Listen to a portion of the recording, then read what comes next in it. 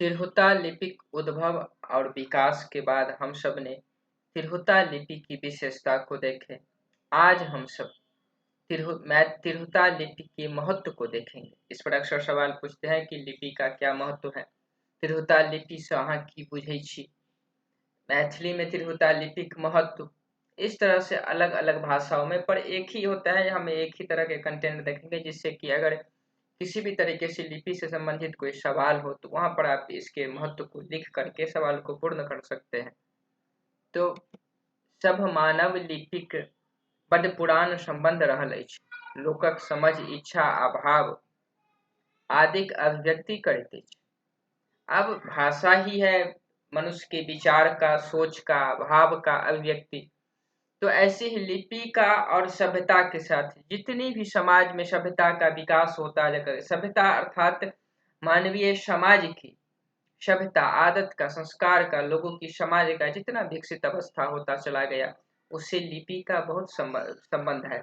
जितना ही लिखावट अक्षर का विकास हुआ, उससे लोगों का एक दूसरे से वार्तालाप, संचार, साहित्य का आवागमन, इससे वो विकसित होता रहा और मानवीय के लोग के विचारों के आदान प्रदान से एक सशक्त समाज और विकसित समाज का आधार होता है। इसीलिए मानव को लिपि का विकास मानव के सभ्यता से मिला एक साथ चलता रहता है।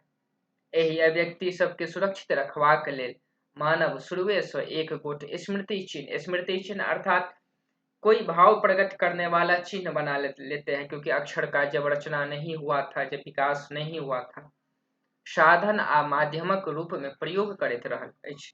जे पहिने चित्राक्षर पुनः मानव समाजक प्रगतिक संगे प्रतीकाक्षरक रूप में विकसित भेल, जे वस्तुतः मानव सभ्यताक विकासक परिचायक थी। तें लिपिक अपन विशिष्ट महत्व अछि। तिरहुता वा मिथिलाक्षरक एकटा दीर्घ इतिहास आ परंपरा रहल अछि।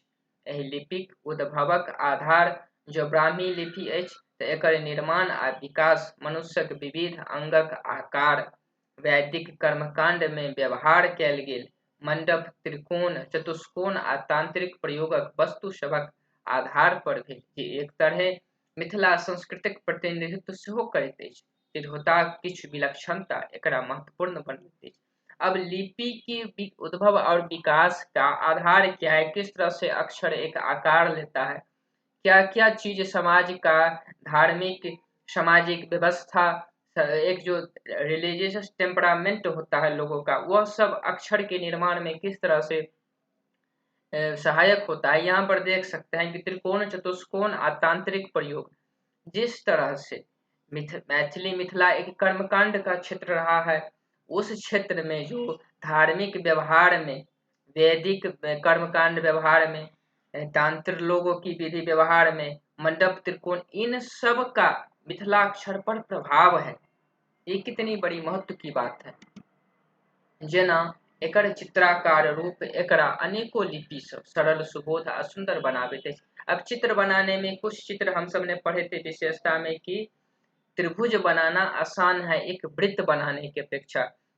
तो मैथिली जो तिरहुता लिपि है, मिथिलाक्षर जो है, वो त्रिभुजाकार है, चतुष्काकार है, इसको की बनाना आसान है। एकर चित्रात्मकता एकर प्राचीनता के सेहो प्रमाणित करैत अछि। मिथिलाक्षर त्रिकोण आ चतुष्कोण आकार हेबा कारण लिखबा में विशेष सुलभ अछि। नागरादिक लिपिक वर्णन वृत्ताकारक होइत अछि। अतः एकटा त्रिभुज बनायबाक अपेक्षा एकटा वृत्त बनायब अवश्य कठिन होइत अछि। जेना अब देवनागरी में देखिए द, ध, प, ब, य, र, ल, स को जिस तरह से लिखते हैं, उसी तरह तिरहुता को किस तरह से लिखते हैं। ये तिरहुता अक्षर है। मैथिली मात्रक हेतु अपन एहन सुलभ एवं सुंदर लिपिक उपयोग संग करैत रहब नितांत आवश्यक अछि। अपन सांस्कृतिक संवर्धन हेतु, अपन पूर्वजक द्वारा मिथिला अक्षर में लिखित अध्ययन हेतु नित्य हकार पता पढ़वा, हकार अर्थात जब किसी भी कोई पर्व हो, त्योहार हो, या फिर कोई भी ऐसे काम हो जिसमें कि सामाजिक लोगों का आमंत्रण हो, तो उसे लोगों को बुलाने को मिथिलांचल क्षेत्र में हकार कहा जाता है। पता कि किसी का अगर एड्रेस लिखना हो तो आप मिथिलाक्षर में लिखें। इन सब के संचार में अगर हम सब मिथिलाक्षर का उपयोग करें तो इस लिपि का संरक्षण होगा, विकास होगा। इस तरह से अज्ञानता और अंधकार में तिरहुता लिपि नहीं चला जाएगा और उस पर देवनागरी की संपूर्ण वर्चस्वता नहीं होगी। इसीलिए हम सबको इसका उपयोग करना चाहिए। पढ़वाक हेतु एह लिपि से मिलित जुलित अन्य लिपि यथा बांग्ला, असमी, उड़िया के सिखवाक हेतु। अब ऐसे ही लिपि कैथी भी है, असमी, उड़िया अक्षर भी मिलता जुलता है। इन सब को सीख करके हम तिरहुता लिपि में महारत हासिल कर सकते हैं। सिखवाक हेतु अपन प्रतिष्ठा के रक्षा हेतु प्रत्येक मैथिली की परम कर्तव्य अछि कि वो अपन लिपिक संबंध में पर्याप्त ज्ञान अर्जित के ओकर निरंतर व्यवहार करे। विशेष से विशेष व्यक्ति द्वारा एकर उपयोग भेने लिपि में चिकनाहट होते। चिकनाहट अर्थात लिपि में और विकास होगा। जितना लोग इसका उपयोग करता जाएगा उतनी ही इसकी क्लिष्टता टूटती चली जाएगी, उतना ही और यह उपयोग करने में आसान होगा।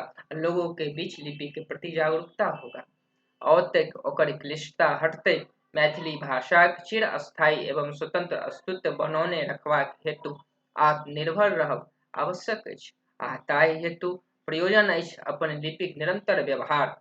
तैं मैथिल लोकनि के अपन लिपि के अपन अंतर्दृष्टि से ओझल नहीं करबाक चाहिए। अंतर्दृष्टि से ओझल अर्थात कभी भी अपने कतने की आंखों में बसा के रखना, कभी भी अपने आंखों से उसे दूर नहीं करना चाहिए, ओझल नहीं करना चाहिए, ताकि लिपि का संवर्धन विकास जारी रहे। ई गप कखनो नहीं बिसरबाक चाही कि भोजपुरी, अवधी, ब्रज, मगही भाषा के बीच जखन मैथिली के 8म अनुसूची में शामिल कैल गेल तखन सबसे प्रमुख कारण बनल एकर अपन स्वतंत्र लिपि। यही एक लिपि था जिसके कारण भोजपुरी, अवधी, ब्रज, मगही की प्रतिस्पर्धा को जीतकर मैथिली संविधान के 8म अनुसूची में प्रतिष्ठापित हुआ, एक प्रतिष्ठा पाया। जे तिरहुता अछि निष्कर्षतः जाहि लिपि में कहियो मिथिला क्षेत्र में संस्कृतो लिखल जाइत छल, ओहि लिपि के आइ विलुप्ता अवस्था दिस ठेलल जा रहल अछि।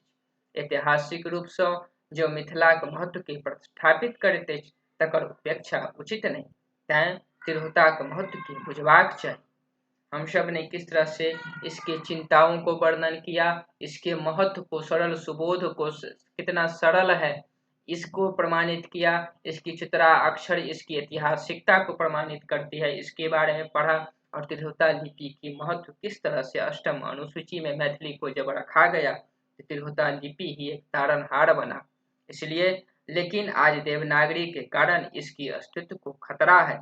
हम सबको चाहिए कि तिरहुता लिपि को अपनाएं और इसे खूब विकास करें, इस पर खूब बात करें, इसको लिखना सिखाएं, बच्चों को सिखाएं, ताकि तिरहुता लिपि अपना महत्व नहीं खोए और एक स्वतंत्र व आत्मनिर्भर मैथिली भाषा बनने में सहयोग तिरहुता लिपि के संवर्धन से ही संभव है।